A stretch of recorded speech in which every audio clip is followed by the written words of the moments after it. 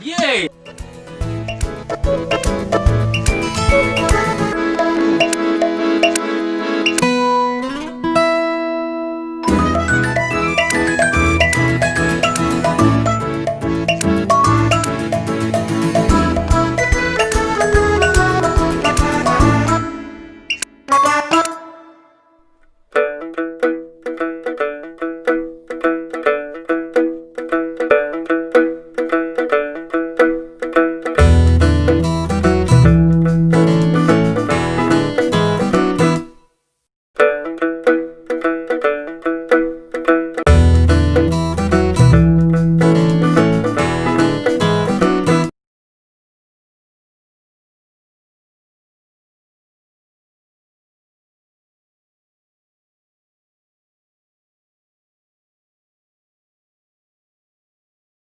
We are happy to have Suresh Eriyat with us.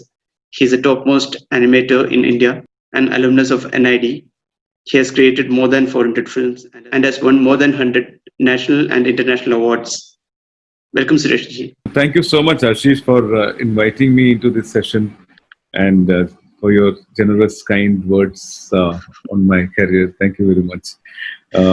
I am very happy to have this chat with you. I know it's long pending. We've been talking about it since a while.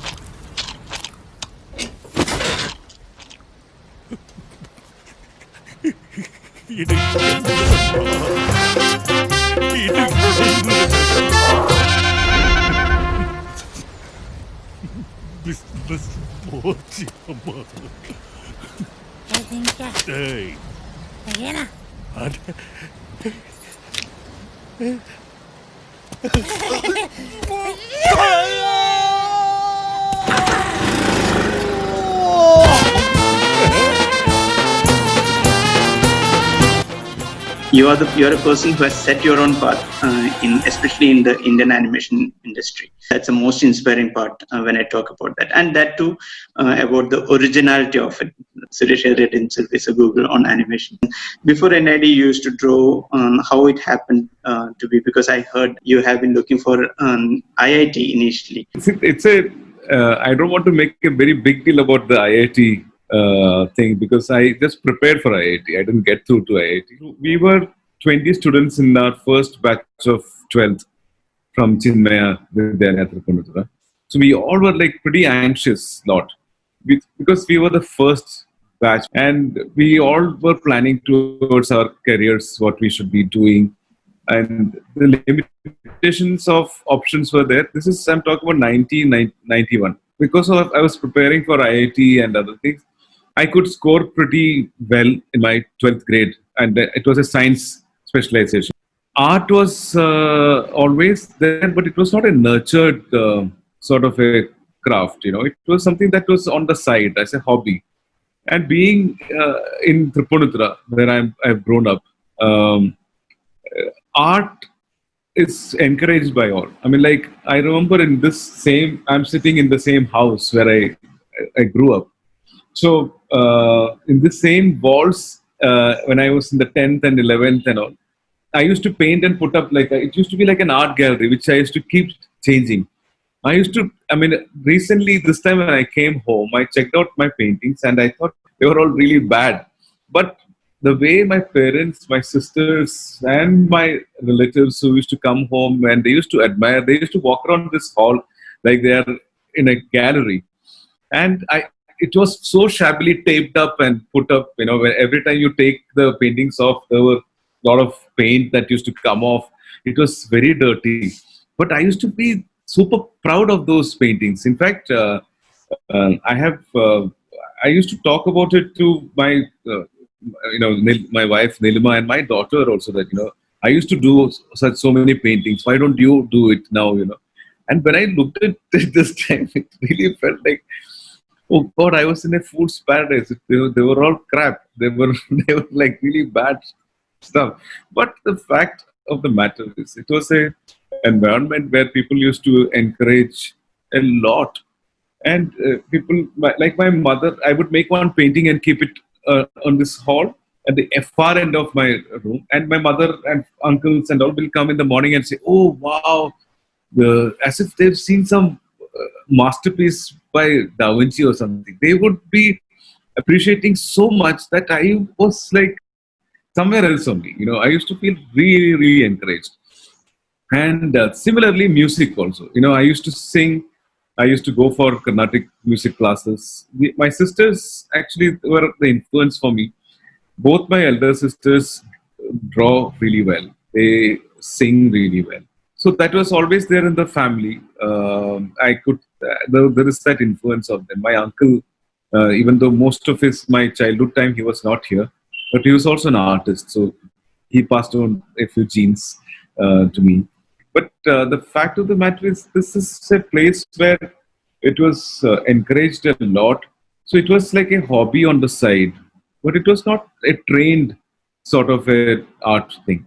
I used to go to the same art teacher who used to teach us the school. I used to take private lessons with him for 1 year. I think I went maybe a max of like 10 classes or something. I must have gone, but he used to take me to places around Tripunithura where we used to go cycling, sit around some remote places and draw and come back. This was an experience that is something that he gave me, that, go to some place. So his name is Krishnan Nambudiri. We used to go to these areas and sit and paint, draw, paint and come back. So looking at things, observing is something that and my sisters and everyone used to find it very odd that, we are going to places that they have not seen in Tripunithura. They are remote places, and I used to be very enamored. I mean, I'm very happy to know that, okay, these are places that that are unexplored by people. Nobody would be going there. So I used to fancy those things, but it was, like I said, career. It was always IIT. I mean, whatever, and mainly because you had the ambition that, okay, if you pass out from IIT as an engineer, and you do very well career-wise, monetarily, financially, everywhere you do very well. It's the sort of thing. You don't know what you're studying, whether you would enjoy practicing and being an engineer. So those things are not clear. But yeah, I went to NID sheer completely by chance. One of the painting competitions I went for during Akachame, Onam time, we have this painting competitions in boys' school.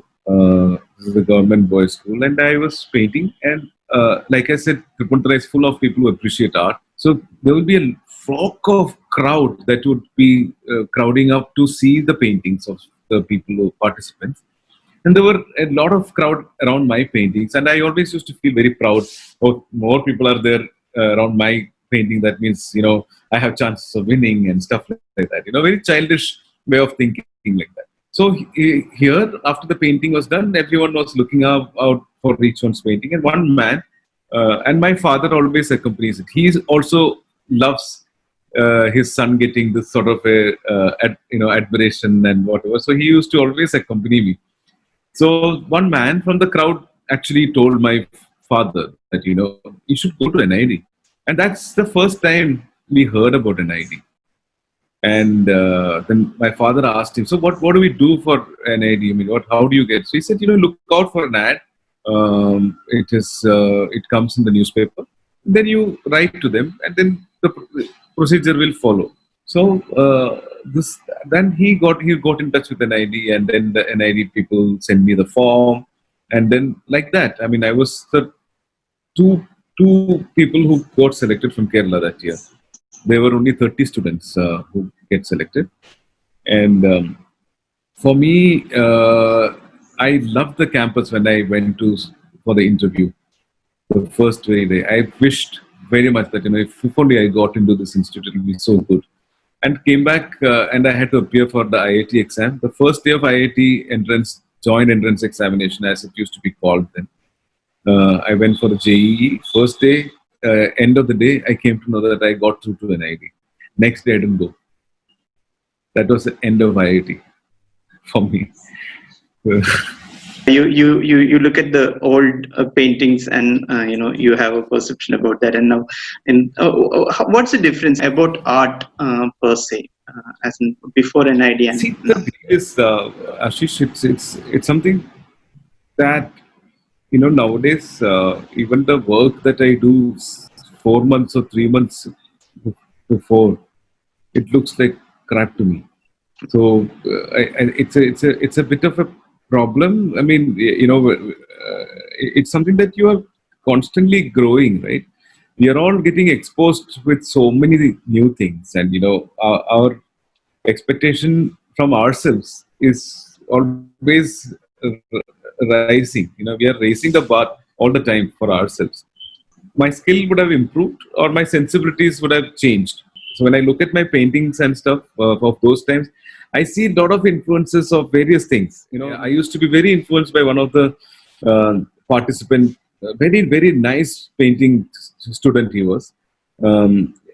His work, I used to really love his process.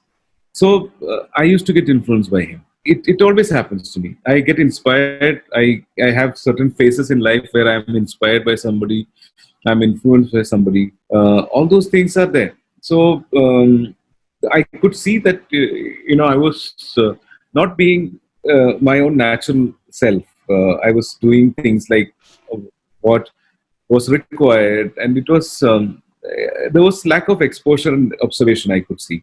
I haven't been to the world. I haven't traveled a lot, so my visual representations are very limited. So those are the problems that I found with my work from the past. It's a lot of work. I mean, I used to work regularly. I used to apply myself regularly, but which was without anybody pushing me. That is something that I find very rare nowadays. When I look at our next generation, we have to tell them to do things, but I was doing it all by myself, which is a big difference I find. But work of art in general, like when you look at artists' work, you always respect them because of that. But I'm talking about only my work, so I'm very, very judgmental about it.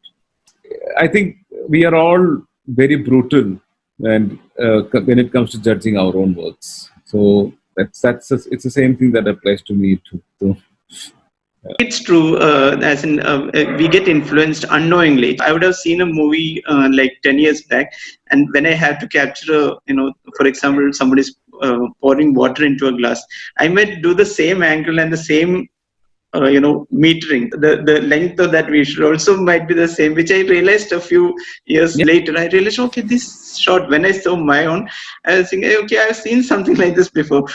So that's very true about getting influenced without knowing. Something because which we moment we start not getting inspired, we block inspiration, then we are dead. It is not something that is a bad thing. I was watching Picasso's exhibition in Barcelona, where a large amount of his works were exhibited.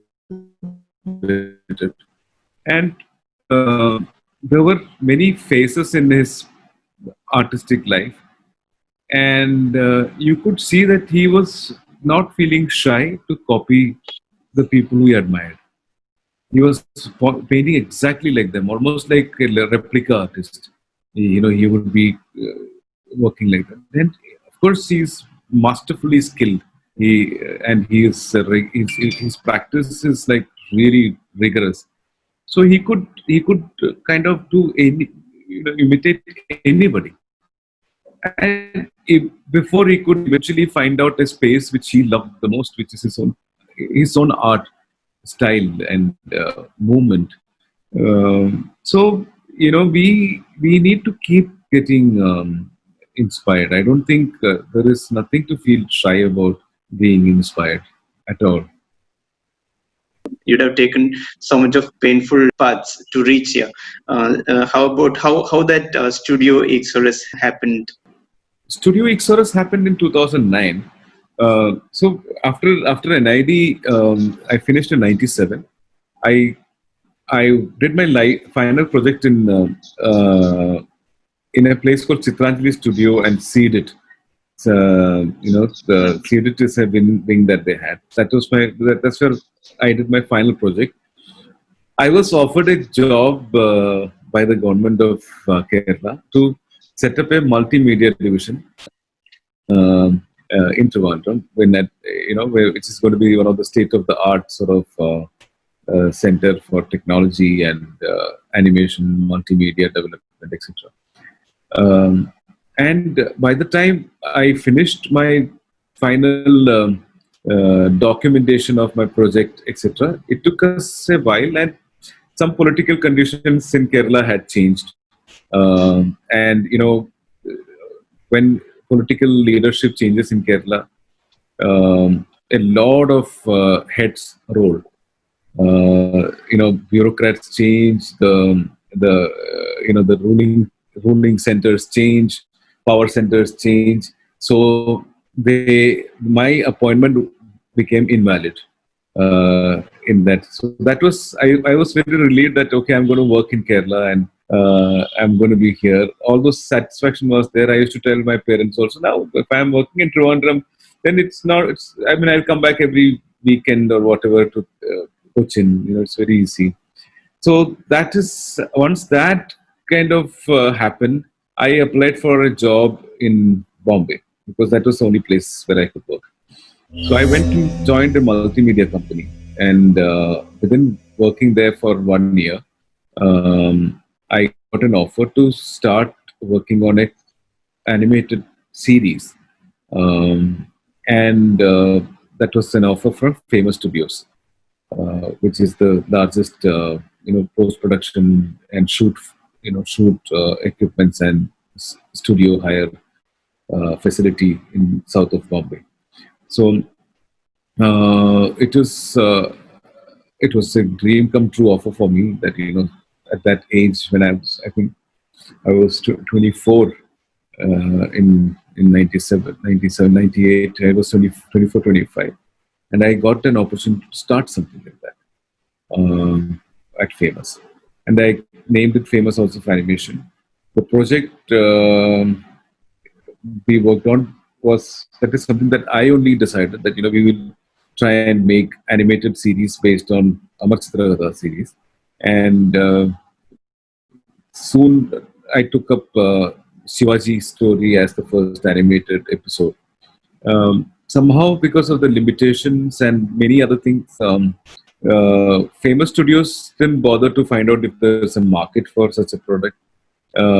Nor did I find out if there's a market for such a product. And there was no idea or experience from both sides, from my side and Famous Studios side, that how much time should a 20-minute series take. I was completely overconfident about what I could do as a single person. So I could take up mammoth challenges and say that I will do it. So I said I will finish it, and of course we finished it in some 6 months or something. And it was not a great product at the end of the day. But the fact of the matter is, Famous was no more interested in running the studio. So I was an employee back then, and they asked me to wind up the studio and the team. They said pack up because we are no more interested in continuing with this venture. And that's when I turned around and said that, okay, give me one opportunity, one chance to run the studio myself. If I bring in projects, if I bring business, and if I bring revenue, then you pay my team. Because the team that I formed was very good. They were really nice people. And I wanted to take care of them and do good work. So Famous management agreed to it, saying that, okay, you can give it a try, completely knowing that I would not be able to do it because I had no business acumen, no experience of marketing or sales. So eventually, I carried on with that mission and was successful, contrary to the belief. And then we never had to look back. We kept doing interesting and more interesting films and winning awards, recognitions. People understood that, we were there doing different kind of animation work and design related work. And that famous House of Animation, I was there for 11 years, from 98 to 2009. 2009, we founded Studio Eeksaurus purely to make, to focus on making original animated content from India, and also to expand the canvas of the kind of films that we are doing for advertising, which were limited to animation. We wanted to expand the canvas to make even live action films. So I started directing a lot of live action films, because contrary to people's belief, if you know how to make an animated film, it is much easier to do live action film, because in an animation film you actually make your characters perform. You actually keep your camera yourself. You actually edit the flow of the film yourself. And here you have experts to do all those things. There is a cameraman who is helping you with the lensing and lighting. There is an actor who gives you wonderful performances. There is an editor who will do amazing cuts, and there are so many other facilities that you get. It is much simpler to do live action if you are used to doing animation films. So people always have asked me, how do you do live action films? I mean, when you're, but for me, and you can even, I don't even shoot extra or more than required, because in animation we are extremely miserly when it comes to creating the footage. We don't make 1 hour of animation to make a 1 minute film. We make only 1 minute animation to make a 1 minute film. So contrary to live action, where you shoot so much, where you sit and edit and make a film, it's very different sort of a path that is there in animation. So for me, it was, and especially in advertisement, when you required so much precise work, like you're making a 1 minute work, animation sensibilities really helped me. Even that helped me in visualizing things that are not possible within the shoot parameters, which really worked for advertising. And that possibility came about only when I started Studio Eeksaurus, because our canvas was not limited to just animation. The previous entity was called Famous House of Animation. I think that itself was limiting to call it just an animation company. So Studio Eeksaurus does all sort of work, and we try to, we feel we are driven by design. Original, because I think the work of Embassy, which I've seen, you had Right. the editor, even Tokri. We'll come to that.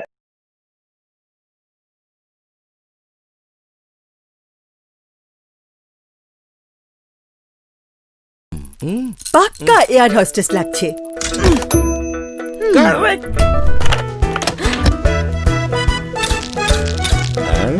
দেখেছেন, লোকে চুল দেখে যোগ্যতা যাচাই করে। আরে জিজ্ঞেস করুন ওর সৌন্দর্যের রহস্য। রহস্য হচ্ছে নারকেলের সাথে মেথির গুণযুক্ত নিহার ন্যাচারালস, যা চুল বানায় ঘন ও সুন্দর। কেননা সুন্দর চুল শুধুই সুন্দর হয়।